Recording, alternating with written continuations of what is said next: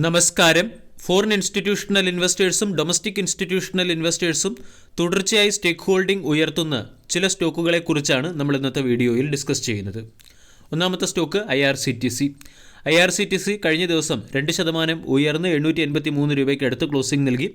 70,000 കോടി രൂപയുടെ മാർക്കറ്റ് ക്യാപ്പുള്ള കമ്പനിയുടെ valuation 66.61, dividend yield 0.64%, 52 week high 915, stock 883 trade ചെയ്യുന്നു.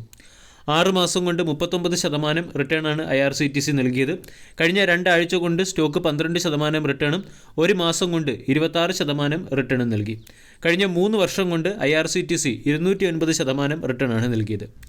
IRCTCയിൽ ഫോറിൻ ഇൻസ്റ്റിറ്റ്യൂഷണൽ ഇൻവെസ്റ്റേഴ്സിൻ്റെയും ഡൊമസ്റ്റിക് ഇൻസ്റ്റിറ്റ്യൂഷണൽ ഇൻവെസ്റ്റേഴ്സിൻ്റെയും സ്റ്റേക്ക് ഹോൾഡിംഗ് തുടർച്ചയായി ഉയരുകയാണ്.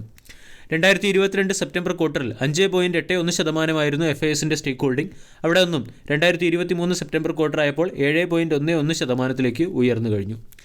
ഡൊമസ്റ്റിക് ഇൻസ്റ്റിറ്റ്യൂഷണൽ ഇൻവെസ്റ്റേഴ്സിൻ്റെ സ്റ്റേക്ക് ഹോൾഡിംഗ് 5.5% നിന്നും 10.5% ഉയർന്നത്. ഇവിടെ പബ്ലിക് സ്റ്റേക്ക് ഹോൾഡിംഗ് കുറയുന്നതനുസരിച്ച് FISും DISും IRCTC എന്ന സ്റ്റോക്കിനെ അക്കോമുലേറ്റ് ചെയ്യുന്നു. ഓരോ ക്വാർട്ടറിലെയും സ്റ്റേക്ക് ഹോൾഡിംഗ് നോക്കുകയാണെങ്കിൽ ഓരോ ക്വാർട്ടറിലും സ്റ്റേക്ക് ഹോൾഡിംഗ് ഉയർന്നതായിട്ട് കാണാൻ സാധിക്കും. ഇൻസ്റ്റിറ്റ്യൂഷണൽ ഇൻവെസ്റ്റേഴ്സിൻ്റെ സ്റ്റേക്ക് ഹോൾഡിംഗ് കമ്പനിയിൽ ഉയരുന്നത് സ്റ്റോക്കിനെ സംബന്ധിക്കുന്ന ഒരു പോസിറ്റീവ് അപ്ഡേറ്റ് ആണ്. ഇത് ഈ കമ്പനിയിൽ ഇൻവെസ്റ്റ് ചെയ്യാൻ ഇൻവെസ്റ്റേഴ്സിന് കോൺഫിഡൻസും നൽകുന്നു. 2,686 കോടി രൂപയുടെ റിസർവ് ഉള്ള കമ്പനിക്ക് മുകളിൽ 67 കോടി രൂപയുടെ കടം മാത്രമാണുള്ളത്. റീസെൻ്റ്ലി ഓപ്പറേറ്റിംഗ് മാർജിൻ 34% നിന്നും 37% കമ്പനി ഉയർത്തുകയും ചെയ്തു. നെറ്റ് പ്രോഫിറ്റ് 232 കോടിയിൽ നിന്നും 295 കോടിയിലേക്കാണ് കമ്പനി മെച്ചപ്പെടുത്തിയത്. ROE 45.4, ROCE 59.2. കമ്പനിയുടെ 3 വർഷത്തെ സെയിൽസ് ഗ്രോത്ത് 16%, 3 വർഷത്തെ പ്രോഫിറ്റ് ഗ്രോത്ത് 20%. 900 രൂപയ്ക്കടുത്ത് 880 രൂപയ്ക്കടുത്ത് സ്റ്റോക്ക് ട്രേഡ് ചെയ്യുന്നു. സ്റ്റോക്കിൽ നിന്നും നമ്മൾക്ക് 1000 രൂപയുടെ ടാർഗറ്റ് എയിം ചെയ്യാവുന്നതാണ്. 840 രൂപയുടെ സ്റ്റോപ്പ് ലോസ് ആണ് IRCTC എന്ന സ്റ്റോക്കിൽ മെയിൻറ്റെയിൻ ചെയ്യേണ്ടത്. രണ്ടാമത്തെ സ്റ്റോക്ക് സുസ്ലോൺ എനർജി 38 രൂപ 20 പൈസയ്ക്കടുത്ത് ക്ലോസിംഗ് നൽകി. 51,000 കോടി രൂപയുടെ മാർക്കറ്റ് ക്യാപ്പുള്ള കമ്പനിയുടെ വാല്യൂഷൻ 81.66. കഴിഞ്ഞ 6 മാസം കൊണ്ട് 149% റിട്ടേണും 5 വർഷം കൊണ്ട് 664% റിട്ടേണുമാണ് സ്റ്റോക്ക് നൽകിയത്. കഴിഞ്ഞ 1 വർഷം കൊണ്ട് സ്റ്റോക്ക് 286% റിട്ടേൺ നൽകി. സുസ്ലോൺ എനർജിയിലും FISൻ്റെയും DISൻ്റെയും സ്റ്റേക്ക് ഹോൾഡിംഗ് തുടർച്ചയായി ഉയരുകയാണ്. ക്വാർട്ടർ ടു ക്വാർട്ടർ നോക്കിയാൽ FISൻ്റെ സ്റ്റേക്ക് ഹോൾഡിംഗ് 7.79% നിന്നും 10.88% ഉയർന്നു. DISൻ്റെ സ്റ്റേക്ക് ഹോൾഡിംഗ് 5.9% നിന്നും 9.8% ഉയർന്നിട്ടുണ്ട്. പബ്ലിക് സ്റ്റേക്ക് ഹോൾഡിംഗ് 71% നിന്നും 65% ഇടിഞ്ഞു. പക്ഷേ പ്രൊമോട്ടേഴ്സ് ഈ കമ്പനിയുടെ കൂടുതൽ ഷെയറുകൾ വാങ്ങുന്നില്ല എന്നുള്ളതാണ് പ്രധാനപ്പെട്ട concern. Recently promoters CNBC TV 18 നൽകിയ ഇൻ്റർവ്യൂവിലും പ്രൊമോട്ടേഴ്സിന് ഉടനടി ഈ കമ്പനിയുടെ ഷെയറുകൾ വാങ്ങാൻ താല്പര്യമില്ല എന്ന് അറിയിച്ചിരുന്നു. സുസ്ലോൺ എനർജി എന്ന സ്റ്റോക്ക് 38 രൂപയ്ക്ക് അടുത്ത് ട്രേഡ് ചെയ്യുന്നു. സ്റ്റോക്കിനെ സംബന്ധിച്ചിടത്തോളം 34 രൂപയാണ് പ്രധാന സപ്പോർട്ട്. ഹയർ സൈഡിൽ 40, 44 തുടങ്ങിയ ലെവലുകളാണ് റെസിസ്റ്റൻസ്. മൂന്നാമത്തെ സ്റ്റോക്ക് ടാറ്റ മോട്ടോഴ്സ്.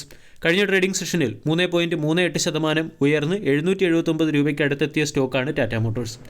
2.8 ലക്ഷം കോടി രൂപയുടെ മാർക്കറ്റ് ക്യാപ്പുള്ള കമ്പനിയുടെ വാല്യൂഷൻ 16.41, ഡിവിഡൻഡ് yield 0.26%. 6 മാസം കൊണ്ട് 30%, ഇയർ ടിൽ ഡേറ്റിൽ 100% റിട്ടേൺ നൽകിയ സ്റ്റോക്കാണ്. 52 വീക്ക് ഹൈ 800. നിഫ്റ്റി 50യിൽ അംഗമായതും 1 വർഷം കൊണ്ട് 100% റിട്ടേൺ നൽകിയതുമായ ഒരേ ഒരു കമ്പനി ടാറ്റ മോട്ടോഴ്സാണ്.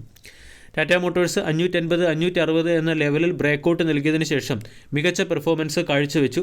സ്റ്റോക്ക് മികച്ച പെർഫോമൻസ് കാഴ്ചവെക്കുന്നതിന് പിന്നിൽ പല കാരണങ്ങളുണ്ട്. ഒന്ന്, JLRൻ്റെ മികച്ച പെർഫോമൻസ്. രണ്ടാമത്തേത്, ഇൻറ്റേർണൽ കമ്പസ്റ്റൻ എഞ്ചിനിൽ നിന്നും കമ്പനി ഗ്രാജുവലി ഇലക്ട്രിക് വെഹിക്കിൾ സെക്ടറിലേക്ക് മാറിക്കൊണ്ടിരിക്കുകയാണ്.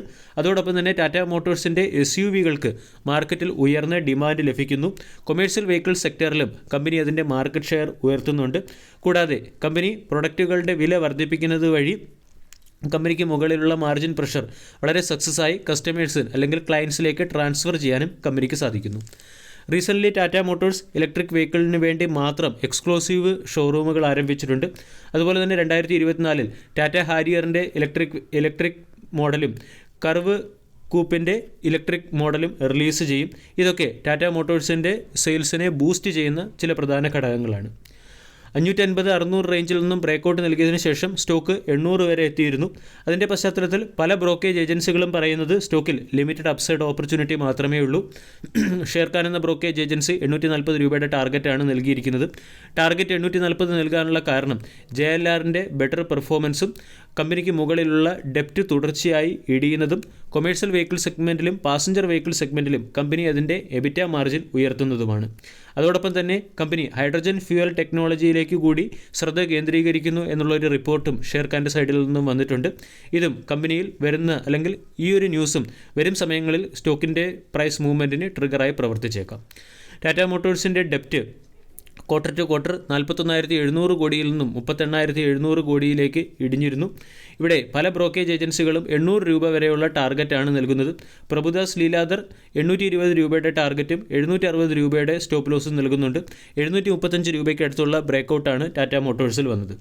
ടാറ്റ മോട്ടോഴ്സിന് റീസെൻ്റ്ലിയും UPSRTC അതായത് UP സ്റ്റേറ്റ് ട്രാൻസ്പോർട്ട് കോർപ്പറേഷൻ്റെ സൈഡിൽ നിന്നും 1350 ബസ്സുകൾക്കുള്ള ചേസസ് നിർമ്മിക്കുന്നതിനുള്ള ഓർഡർ ലഭിച്ചിട്ടുണ്ട്.